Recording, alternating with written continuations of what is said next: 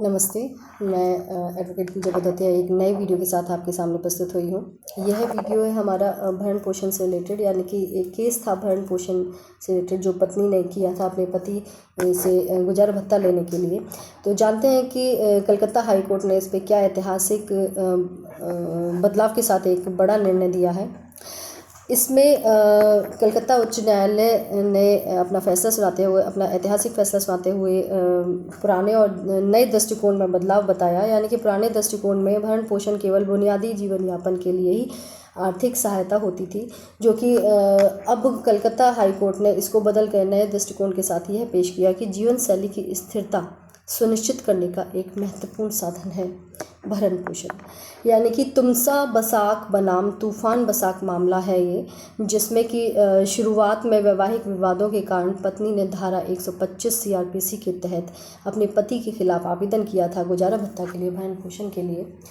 जिसमें पहला आदेश जो कलकत्ता हाई कोर्ट ने सुनाया था वो ये था कि 30,000 मासिक भरण पोषण का आदेश पति को दिया था अपनी पत्नी को गुजारा भत्ता देने के लिए, जिसमें संशोधन किया गया पति की सेवानिवृत्ति के बाद में।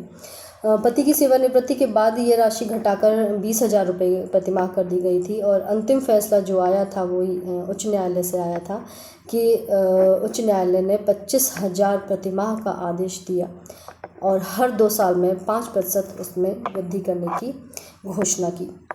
न्यायमूर्ति विभास रंजन दे के महत्वपूर्ण अवलोकन क्या रहे इस केस में, वो भी जान लेते हैं।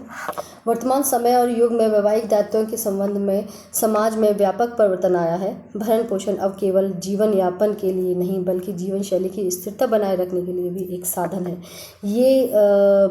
ये स्टेटमेंट था न्यायमूर्ति विभास रंजन दे का इस केस में। कोर्ट ने आय के आकलन पर क्या कहा ये भी जान लेते हैं।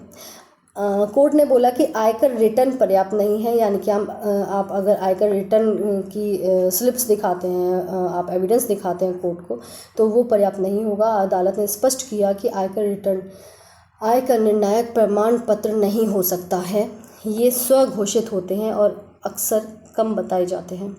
दूसरा मेन पॉइंट जो अदालत ने बोला वो ये था कि व्यापक दृष्टिकोण आवश्यक है इसमें। यानी कि न्यायालयों को संपत्ति, पिछली आय और कमाई की क्षमता सहित वास्तविक वित्तीय स्थिति का आकलन करना बहुत ज़रूरी होगा गुजारा भत्ता अमाउंट जो होगा उसको निर्धारित करने से पहले। पति के तर्कों का विश्लेषण किया। इसमें पति ने दावा किया था कि 20,000 का भरण पोषण आयकर रिटर्न के आधार पर तय किया गया था। उन्होंने कहा कि पत्नी की 2 बैंक खातों में फिक्स्ड डिपॉजिट से स्वतंत्र आय है। ये पति का कहना था अपनी पत्नी के खिलाफ। और साथ में ये भी कह रहा था कि अदालत ने पाया कि अदालत ने इस केस में यह पाया कि पति ड्राइवर के लिए 15,000 रुपये मासिक देने को तैयार था अपने ड्राइवर को, लेकिन पत्नी को 20,000 देने के लिए आनाकानी कर रहा था। महिलाओं के अधिकार पर अदालत का क्या दृष्टिकोण आया है इस केस के थ्रू, वो भी जान लेते हैं। अदालत ने कहा कि जो महिलाएं अपना जीवन घरेलू कर्तव्यों के लिए समर्पित करती हैं वे अलगाव के बाद भी सम्मान के साथ जीने का हक रखती हैं। भरण पोषण दान नहीं बल्कि एक कानूनी कर्तव्य है। न्यायालय ने सुनिश्चित किया कि घरेलू कार्य का आर्थिक मूल्य भी माना जाएगा। परिवार कानून में यह फैसला कितना महत्वपूर्ण है और क्यों, ये जान लेते हैं। यह निर्णय मान्यता देता है कि भरण पोषण केवल बुनियादी जरूरतों के लिए नहीं बल्कि जीवन स्तर बनाए रखने के लिए बहुत आवश्यक है, एक पत्नी के लिए, एक स्त्री के लिए इस समाज में। यह महिलाओं के अधिकारों की रक्षा करता है और न्याय प्रणाली के आधुनिक दृष्टिकोण को दर्शाता है।